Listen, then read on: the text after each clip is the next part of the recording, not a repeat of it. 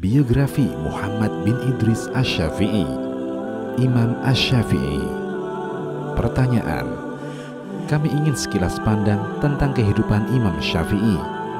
Jawaban: kelahiran dan nasab beliau. Alhamdulillah, mayoritas ahli riwayat menyatakan bahwa Imam Syafi'i lahir di Gaza, Syam.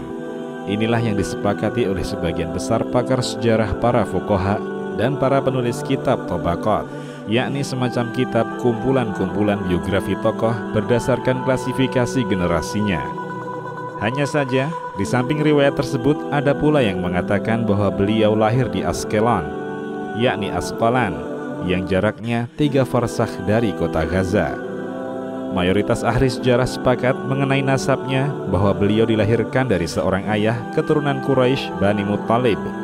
Nama beliau adalah Muhammad bin Idris bin Al-Abbas bin Utsman bin Syafi' bin Sa'id bin Ubaid bin Abdu Yazid bin Hashim bin Al-Muttalib bin Abdi Manaf. Nasab beliau bertemu dengan nasab Nabi Sallallahu Alaihi Wasallam pada Abdu Manaf. Awal masa menuntut ilmu. Berbagai riwayat senada menyatakan bahwa beliau menjalani kehidupan sebagai seorang anak yatim yang fakir. Beliau telah selesai menghafal Al-Quran, yang mana kecerdasannya yang luar biasa tampak pada kecepatan hafalannya. Kemudian setelah hafal Al-Quran, beliau beralih menghafal hadis-hadis Rasulullah Sallallahu Alaihi Wasallam. Beliau sangat mumpuni dan semangat mengumpulkannya, serta mendengarkannya dari para ulama hadis, lalu menghafalnya dengan mendengarnya, dan terkadang menuliskannya pada papan dan terkadang kulit. Beliau pergi ke balai untuk mengumpulkan kertas kosong untuk menulis. Belajar kepada kabilah Hudzail. Beliau keluar dari kota ke padang gurun untuk tinggal bersama kabilah Hudzail. Beliau berkata, "Aku meninggalkan Mekah dan tinggal bersama Hudzail di padang gurun. Aku mempelajari bahasa mereka dan meniru perilaku mereka. Mereka adalah bangsa Arab yang paling fasih. Aku ikut bersama kafilah mereka dan singgah di persinggahan mereka. Ketika aku kembali ke Mekah, aku bisa membacakan syair-syair mereka dan menyampaikan adab dan berbagai cerita." Hafalan syair-syair dan cerita-cerita kabilah Hudzail yang beliau kuasai sampai pada tingkatan demikian pula level bahasa Arab beliau, di mana Al-Asma'i berkata, "Syair kabilah Hudzail yang sahih diriwayatkan oleh seorang pemuda Quraisy yang bernama Muhammad bin Idris." Belajar kepada Imam Malik. Imam Syafi'i menuntut ilmu di Mekah kepada ahli fikih dan hadis kota tersebut hingga mencapai kedudukan yang sangat tinggi, sampai-sampai beliau diizinkan untuk berfatwa oleh Muslim bin Khalid Az-Zanji.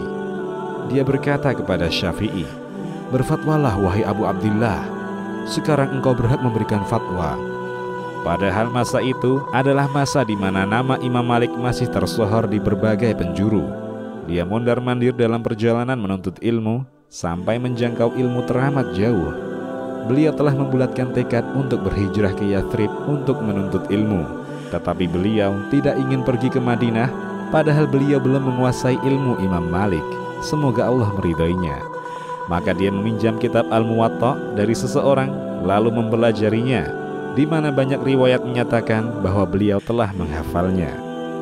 Imam Syafi'i lalu menemui Malik dengan membawa surat rekomendasi dari gubernur Mekah. Dari hijrah inilah kehidupan Syafi'i mulai beralih sepenuhnya kepada ilmu fikih. Ketika melihat beliau datang dengan kejeniusannya, maka Imam Malik berkata kepadanya, "Wahai Muhammad, bertakwalah kepada Allah dan jauhilah maksiat, karena sungguh kelak engkau akan mempunyai kedudukan. Allah Subhanahu wa Ta'ala telah meletakkan cahaya di hatimu, maka jangan engkau matikan dengan maksiat." Lalu beliau berkata kepadanya, "Esok hari datanglah dan datangkan apa yang telah engkau baca."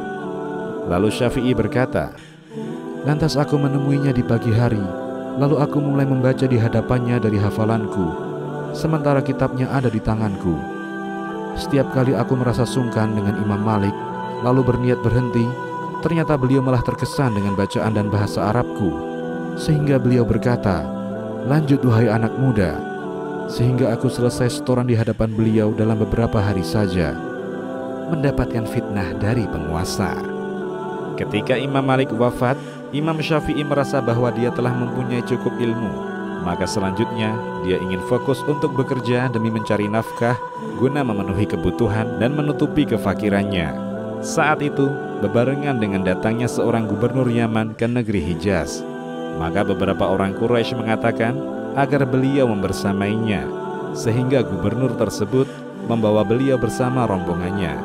Imam Syafi'i mengatakan, "Ibuku tidak punya uang untuk aku jadikan bekal keberangkatan itu. Maka aku menggadaikan rumah untuk biaya keberangkatanku bersamanya. Ketika kami sampai, aku bekerja kepadanya untuk suatu pekerjaan."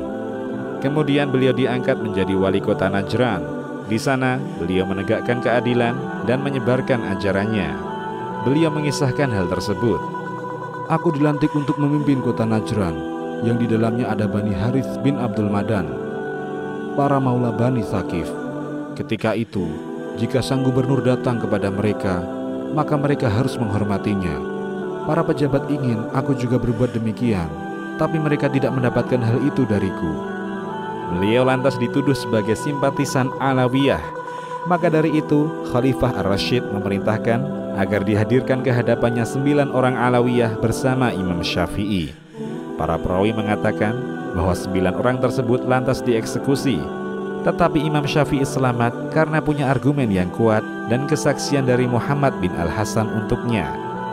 Beliau tiba di Baghdad dalam menghadapi fitnah ini pada tahun 184 Hijriah, yaitu ketika beliau berumur 34 tahun.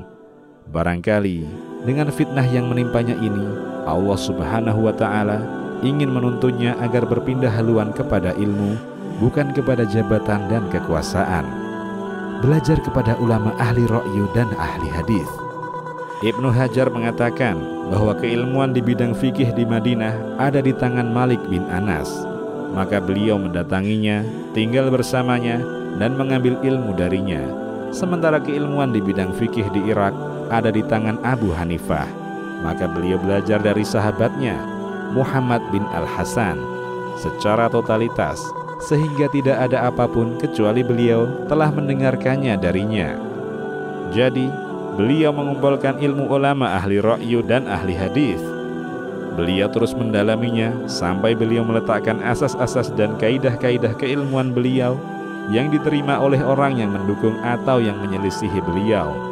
Hal ini semakin terkenal hingga nama beliau membumbung tinggi dan kedudukan beliau terangkat sampai meraih apa yang bisa beliau raih ketika itu. Para ulama ahli ra'yu tercengang ketika pertemuan pertama beliau dengan mereka di Baghdad pada tahun 184 Hijriah. Sampai-sampai Ar-Razi menyatakan, "Karena dialah dominasi ulama ahli ra'yu atas ulama ahli hadis terhenti." Kembali ke Mekah. Kemudian Imam Syafi'i kembali ke Mekah dan mulai memberikan pelajaran di Masjidil Haram di kota Mekah. Beliau bertemu dengan para ulama pada musim haji, lalu mereka belajar dari beliau. Di momen-momen inilah Ahmad bin Hanbal bertemu dengan beliau. Kembali ke Baghdad dan menulis kitab Ar-Risalah.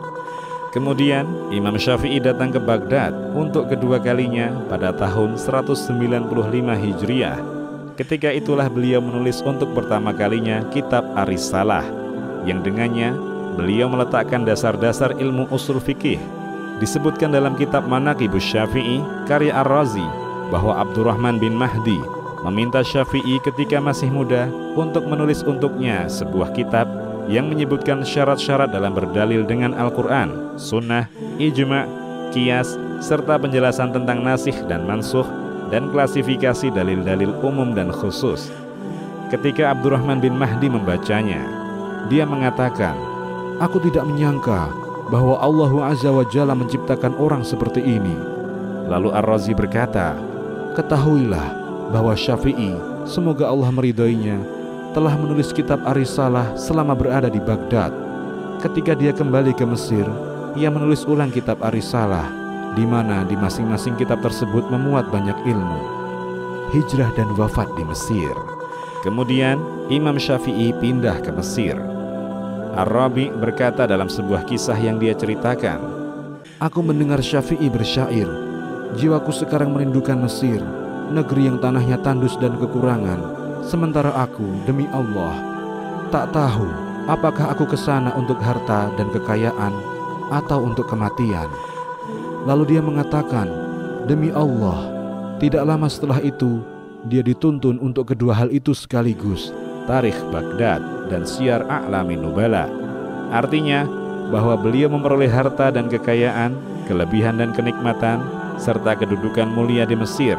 Kemudian beliau wafat di sana pada malam terakhir bulan Rajab tahun 204 Hijriah pada usia 54 tahun, lalu dikebumikan di sana. Pujian ulama terhadap beliau.